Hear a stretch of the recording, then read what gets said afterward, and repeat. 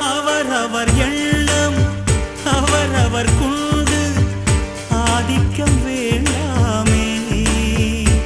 ஒரு தனிப்பட்ட சுதந்திரம் இருவருக்கிடையில் அவசியம் இருக்கட்டுமே. ஒருவருக்கொருவர் பாசம் தந்து நண்பர்களாகுங்கள். ஒவ்வொரு